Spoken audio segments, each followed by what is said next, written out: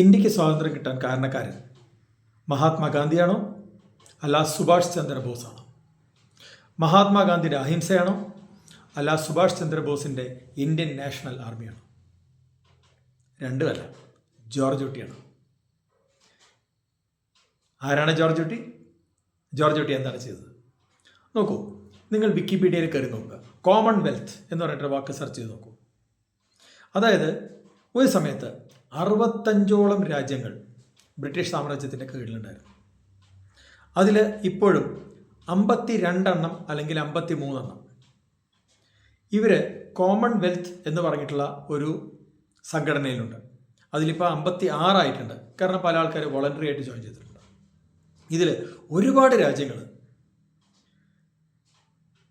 ബ്രിട്ടീഷുകാരുടെ കീഴിൽ നിന്ന് ഇറങ്ങിപ്പോയത് ഏകദേശം ഒരേ സമയത്താണ്.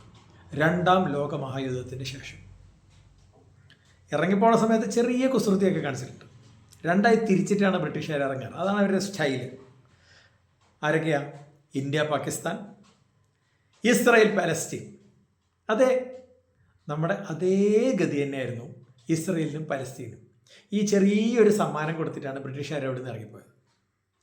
പക്ഷേ എന്തുകൊണ്ടാണ് ഈ രണ്ടാം ലോക മഹായുദ്ധം കഴിഞ്ഞിട്ട് ഇത്രയും കാലം 200 കൊല്ലത്തോളം ഒക്കെ ഭരിച്ചിട്ടുള്ള രാജ്യങ്ങളുടെ അടുത്ത് നിന്ന് ഇറങ്ങിപ്പോയത്? ജോർജ് കുട്ടി. കാരണം ഒരു സാമ്രാജ്യം നിലനിർത്താനായിട്ട് പൈസ ആവശ്യമുണ്ട്.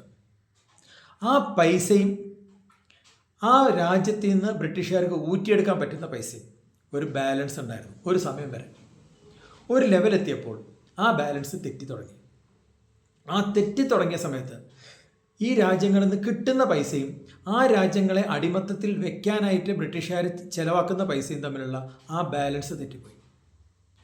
രണ്ടാം ലോകമഹായുദ്ധം കഴിഞ്ഞപ്പോൾ ബ്രിട്ടീഷുകാർ ഒരുപാട് കടത്തിലോട്ട് മുങ്ങി. ആക്ച്വലി അതായത് ബ്രിട്ടീഷുകാർക്ക് സ്വന്തം കാര്യങ്ങൾ നോക്കാൻ പോലും പൈസ ഇല്ലാത്തൊരു കണ്ടീഷൻ എത്തി. ആ ലെവലെത്തിയപ്പോഴാണ് ബ്രിട്ടീഷുകാർ ഈ രാജ്യങ്ങളിൽ നിന്നും ഇറങ്ങിപ്പോകാനായിട്ട് തീരുമാനിച്ചത്. മഹാത്മാഗാന്ധി ഒരു ചെറിയ മനുഷ്യനാണെന്നോ അദ്ദേഹത്തിൻ്റെ ത്യാഗങ്ങൾ മോശമാണെന്നോ കാര്യമില്ല എന്നോ അല്ല പറയുന്നത്.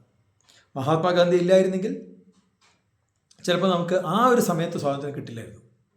പക്ഷേ സ്വാതന്ത്ര്യം കിട്ടാനുള്ള ശരിക്കുള്ള കാരണം പൈസയാണ്. ഇത് നമ്മളെപ്പോഴും ഓർത്തു വയ്ക്കേണ്ട ഒരു കാര്യമാണ്. നമ്മുടെ ജീവിതത്തിൽ പല കാര്യങ്ങളിലും എന്തെല്ലാം കാരണങ്ങൾ ആൾക്കാർ പറഞ്ഞാലും അതിൻ്റെ യഥാർത്ഥ കാരണം ഈസ് മിസ്റ്റർ ജോർജ് കുട്ടി. സോ ഇന്നത്തെ ഒരു ഇതായില്ലേ? അപ്പോൾ ജയ് ഹിന്ദ്.